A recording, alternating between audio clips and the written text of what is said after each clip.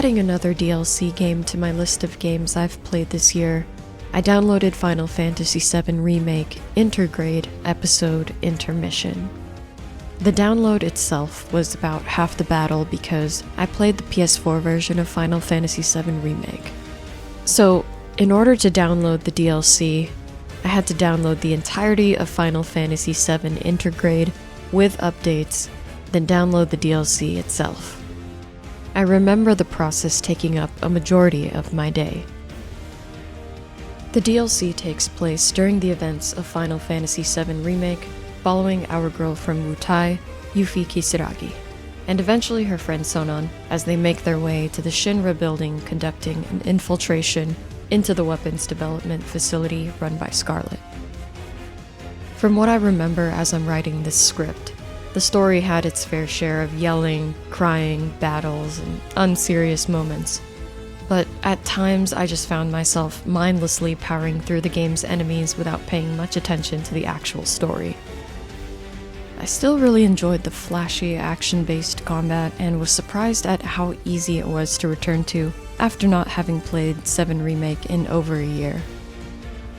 I was able to unlock a couple new weapons for Yuffie, but decided to stick with her 4-point shuriken for my playthrough. As for minigames, I didn't care too much about Fort Condor. I won a few games somehow without fully understanding the game mechanics and decided to end on a win before the matches got too difficult.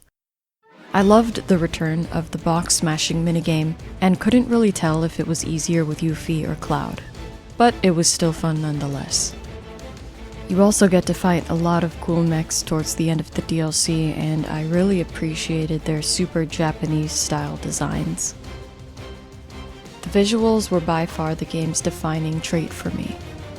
Literally everyone in the game is fucking beautiful, and the battle sequences are just so smooth and vibrant, starting from the first swing of an attack, all the way up until it successfully landed. This truly made me excited to encounter enemies throughout the game.